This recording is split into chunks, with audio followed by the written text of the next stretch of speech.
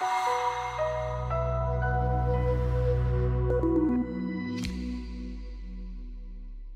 I'm Eric from the HI Africa Opportunities Fund. I'm going to give the update for December. The fund was down about 50 basis points.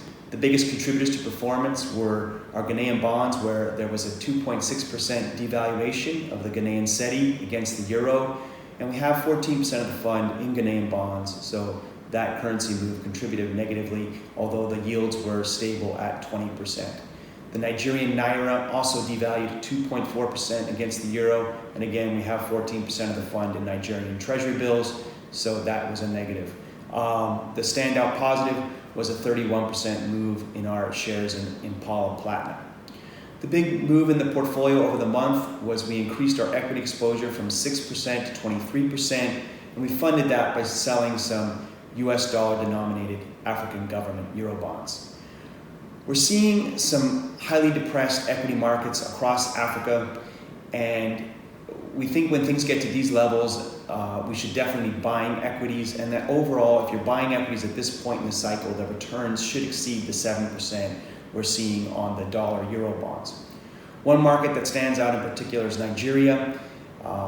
The market was down about 14% in 2019, after being down again 13% in 2018. And so now you're seeing highly depressed valuations. We're buying banking stocks in Nigeria at 3 to 5 times earnings with 10 to 15% dividend yields.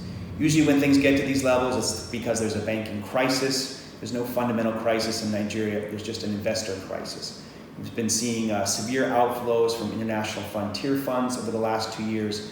And the local investors are afraid to step in front of this selling, and they have been happy to own Nigerian treasury bills in their local currency and yield 14%.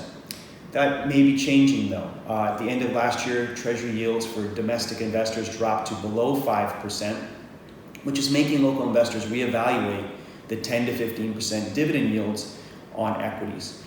The other factor is we've seen with the international frontier funds we track, the AUM are down 40 to 70% from their peak in 2017. And I think it's a sign that probably the selling is near the end, and also a great contrarian indicator that maybe we should be buying. The other market that looks interesting is South Africa. While the overall market is not depressed, there's a lot of internationally listed stocks in South Africa. The domestic exposed shares are highly depressed and getting down to the lows we saw in 2016.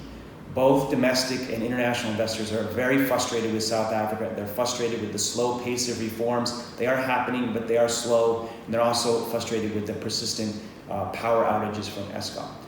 There is some good news though. South Africa's biggest exports, gold, platinum, and palladium, are all booming.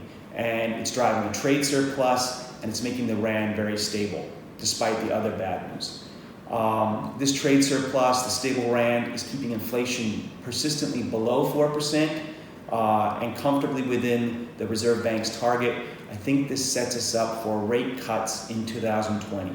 And I think this combination of a rate cutting cycle in 2020 with very depressed domestic stocks could be a great opportunity, could be great for the retailers, banks, property stocks, and the telecoms.